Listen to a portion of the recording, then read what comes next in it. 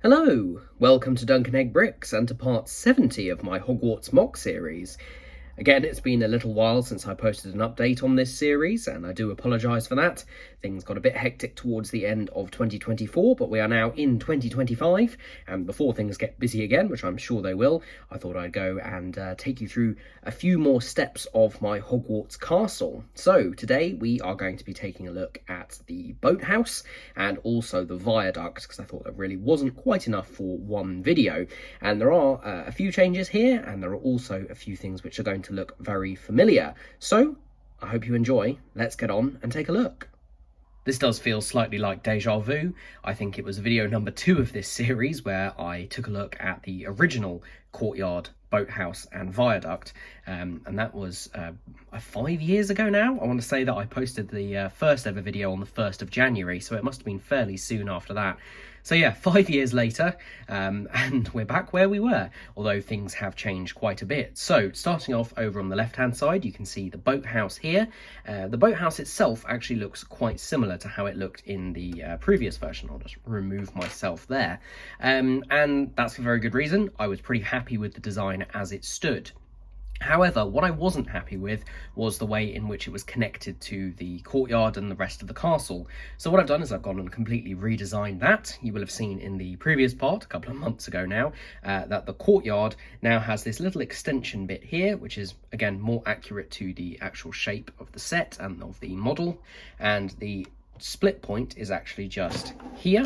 So this comes off, and this entire thing here is just one section. It's held together in the middle there using those wedge plates that actually allow you to put things at 45-degree angles. There's a couple of those in there, and they're sandwiched with a bunch of plates and bricks, and as you can see, it fits into that corner absolutely perfectly. Now, the main reason that I did it like this was because my display, as it is at the moment, there basically wasn't room to actually have the boathouse there at all. It was basically sitting in midair, and so it actually ended up just being put to one side all of the time. So I thought if I combine it with the staircase and then actually use a Technic pin rather than an axle, so it actually fits into this Technic brick just here.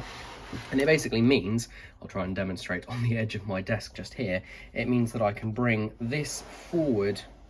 So the boathouse itself is actually sitting entirely off the table, actually supported by the weight of the staircase and the fact that the staircase is pinned into the courtyard or the exterior of the Hufflepuff common room. Now, I don't keep it like that all the time, mainly because I have walked past and knocked it off, and that's not good. It involved quite a bit of rebuilding, but it does mean that if I want to set it up for display, which I will show you at the end of this video, then it does look a lot better. As I mentioned in the previous part of this series, I have changed it so there isn't a step between here and here, so this is all flat. It does just mean there's an extra layer of plate in here to keep this all at the right level, with a step down of a brick on each stair on the staircase. The staircase itself has also changed slightly. I've used these curved bricks and this 1x2 cylinder, which is still a relatively new piece, which I don't think actually existed, or it didn't exist in tan at the time I built the original, and that's allowed me to do this curved staircase here. Obviously the real one has lots of different curves and switchbacks and all sorts of things, but I thought this was more appropriate. I've also continued the pattern of tiling from the courtyard, where I'm using square or rectangular tiles, as well as jumper plates of various sizes so I can stand characters on them. I could go the whole hog and tile the entire thing, but that uses a lot of pieces, and I think that this is still a nice effect. Around the back, I've tried to keep the colour blocking fairly simple, even though you're not really meant to see this side of it. You can see the Technic brick there is what actually connects the two parts together. I've continued the colour scheme using dark tan, dark green, regular green, olive green, bright green as my main accent colours all over the rockwork, and I think that just helps to tie things together. I've again tried to use a variety of tiles, of slopes, these kind of corner slope pieces here, leaf pieces, plant stem pieces, just to make things feel busy but not overly busy. So there we go, that is the boathouse itself. Like I said, the boathouse has really not changed, and I'm pretty happy with that. It still can't fit a classic Lego rowing boat, but there we are, not a big deal. So then the courtyard you'll have seen in the previous part if you want a closer look at that. I am going around as well. I'm basically missing a tile just there, which I need to replace. I'm actually going around and I'm using tan tiles for the tops of kind of banisters and walkways and things, rather than the dark bluish grey I was using previously. So yeah, I'm just going around and making sure that those are complete. And there underneath is the Hufflepuff common room. Attaching to that over in the corner here, as I said, this little kind of bit that sticks out is now attached to the courtyard again. I think it just makes more sense that way. And then we have the viaduct, which has changed a little bit, but not massively. The main change is actually at this end, where you'll see it doesn't have the final kind of pillar or pier. And the main reason for that is that it kept snapping off. Because it was only attached by one row of studs, anytime I moved this or shifted it about, it would just fall over. And I didn't really like that. So what I've done is I've removed that and then basically combined the rest of that pillar into the base of the viaduct entrance hall. So you'll see that in a future update. The other thing I've done is I've removed the dark blue plates and wedge plates from the bottom, as I've done with the rest of the castle.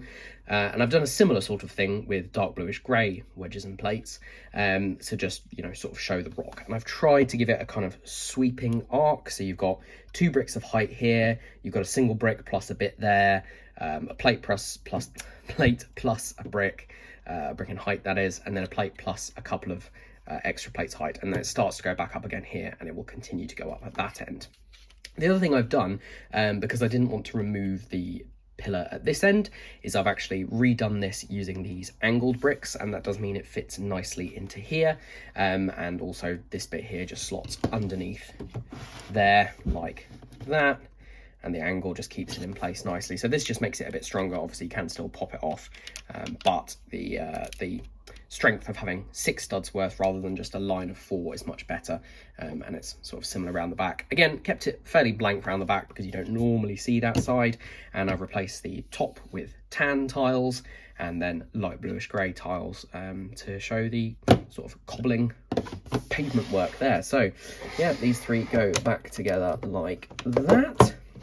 And what I will do, without spoiling what will be coming in the next few videos, is I'll put this back into the display and you can see how it looks with the Great Hall. Here we are back over on the shelves, and you can see the theory put into practice.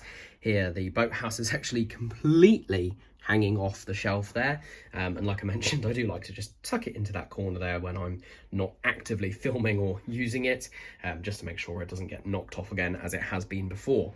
And then yeah, you can see this all connecting up with the Great Hall, which I'm really happy with how that looks.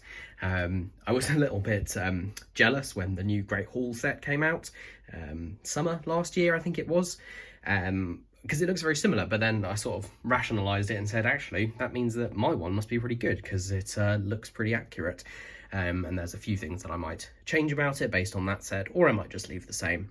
So yeah, there's everything in place. That's the bags of parts that I'm going to be using probably for the Viaduct entrance hall, but I will get to that very soon. And then in the background, not that I'll show you completely, you might be able to just glimpse the new updated parts over there. So you'll have to wait till next time for that, but I'm determined to make sure that those videos come out quite a bit sooner than they did this time. So thank you very much for watching. I hope you had a lovely Christmas and New Year, and yeah, I'm determined to make sure that these videos actually do come out, so I will be seeing you again hopefully very soon. If you've enjoyed the content, then please subscribe for the new updates, give the video a like, comment and let me know what you think about this update, and I will see you all again very soon.